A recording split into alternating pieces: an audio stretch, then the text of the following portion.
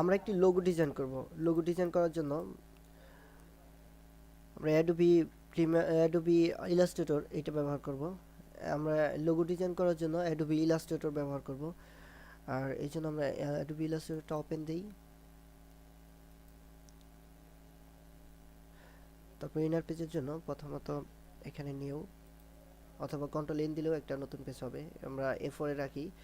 ওকে, logo design করা অবশ্য অনেক সহজ একটা বিষয়। আপনারা যদি চেষ্টা করেন অবশ্যই চেষ্টা করতে করতে দেখবেন যে একসময় অনেক সুন্দর এবং অনেক ভালো কতগুলা মানে ভালো ভালো লোগো ডিজাইন করতে পারতেছেন। সো আমরা শিফট অল্টার চাপ চেপে এভাবে টান দেবো, সেক্ষেত্রে একই রেঞ্জে এই বৃত্তটা বড় হবে, একই রেঞ্জে দু মানে দু চারপাশেই সমান সমান আকারে। সো আমরা এখানে ফিল আছে, ফিলটা রান করে দিই। এরপরে আমরা একটা নিচের দিকে কপি করি, ঠিক এখানে সারি অল ধরে সারি।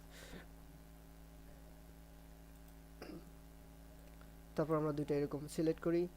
সিলেক্ট করার পর আমরা রোটেট টুল আছে বা শর্টকাটে যদি আর দিই তাহলে হবে।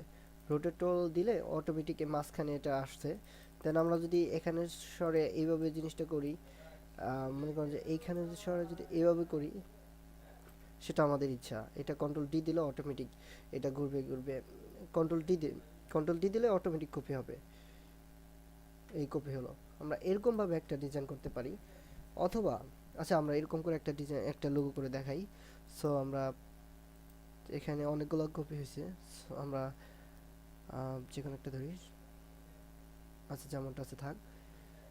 সো আমরা পুরোটা যদি সিলেক্ট করি, পুরো সিলেক্ট করে আমরা ডিভাইড আছে পাথ ফাইন্ডার, এখানেও যদি পাথ ফাইন্ডার না পান আপনারা উইন্ডোজে যাবেন, উইন্ডোজ থেকে পাথ ফাইন্ডার ক্লিক করবেন, এখানে ডিভাইড অপশনটা আছে।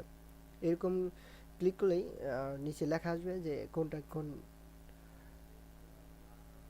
এখানে আমরা ডিভাইড দিই, প্রত্যেকটাই আপনারা যেখানে ক্লিক করেন সেখানে টুলসের নাম আসে যে এটা কোন টুলস এবং শর্টকাট কি।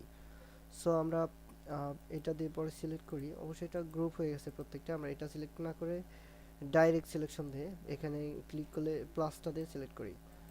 তারপরে এখানে যে কোনো একটা সিলেক্ট করি, সিলেক্ট করে এটা আমরা একটা কালার দিই, ফিল কালার দিই, আমরা এটা গ্রেডিয়েন্ট করি। গ্রেডিয়েন্ট করার জন্য আমাদের এখানে একটা অ্যারো নিতে হবে, অ্যারোটা ডাবল ক্লিক করতে হবে। তারপর এই অপশনটা আসলে আমরা এখান থেকে সিএমওয়াই কে দিয়ে করব, সিএমওয়াই কে দিয়ে করব।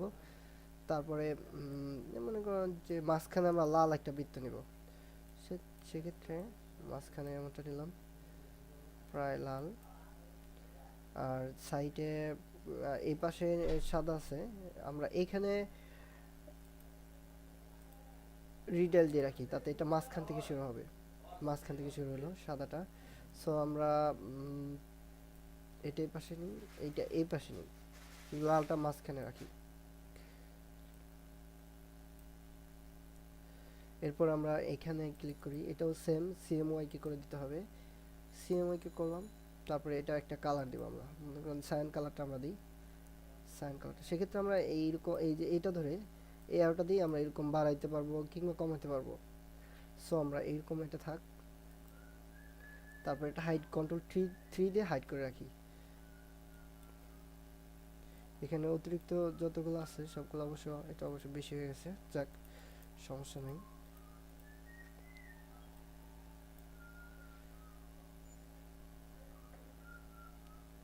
তো আমরা প্রত্যেকটা একটা একটা করে এটা এটা এটা ধরতে হবে, প্লাস ধরে এটা ধরতে হবে।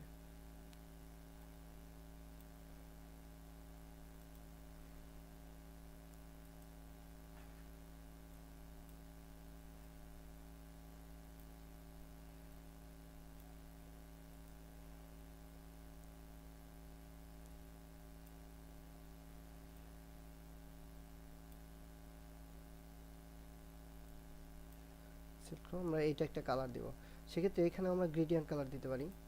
সো আমরা এইটা বাদ দিয়ে অন্য একটা গ্রেডিয়েন্ট কালার দিই। আমরা এটাও ক্লিক করতে পারি, এটা একটা বাদ দিয়েছে, আমরা এটাও ক্লিক করি। এটা ক্লিক করলে সেম।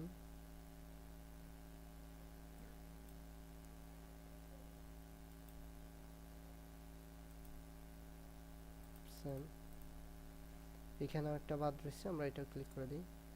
না, এটা ক্লিক করতে হবে না, আমি জাস্ট দেখাচ্ছি, অতি দ্রুত করে দেখাচ্ছি। তবে আপনারা আপনাদের মতো নিজস্ব সুন্দর করে ডিজাইন করতে পারেন যদি চেষ্টা করতে থাকেন।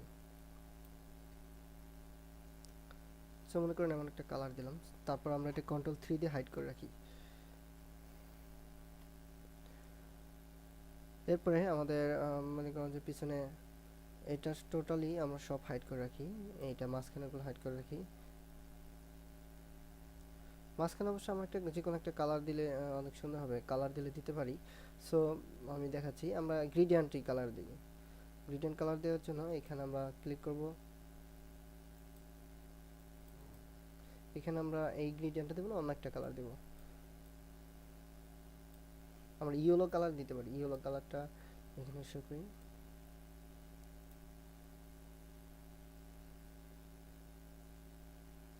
সো আমরা ইয়েলো কালারটা শো করলাম, আর এখানে আমরা একটু চেঞ্জ করে দিই সামান্য একটু।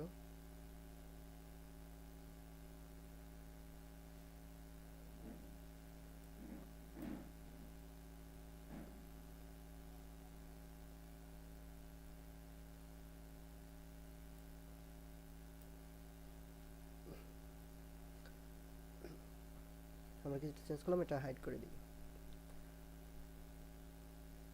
Ctrl+3 দিয়ে এটা হাইড করে দিই। তারপর আমরা পুরোটা ধরি, এখানে মনে করেন যে আমরা পুরোটা ধরলাম। সো আমরা এটা একটা কালার করে দেব। সেক্ষেত্রে আমরা এটাও গ্রেডিয়েন্ট কালার দিতে পারি, যে কোনো একটা গ্রেডিয়েন্ট কালার দিলাম। সো আমরা এটা একটু ডিপ কালার দিই, ভিতর হোয়াইটটা একটু হালকা দিই অথবা একটু ভিন্ন কালার দিই।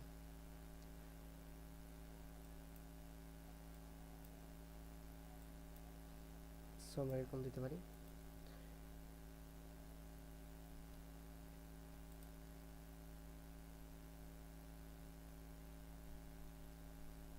আপনার প্রত্যেকটা কমেন্টগুলো এইখান থেকে জানতে পারবেন, এখানে কোনটা কি সবগুলো জানতে পারবেন।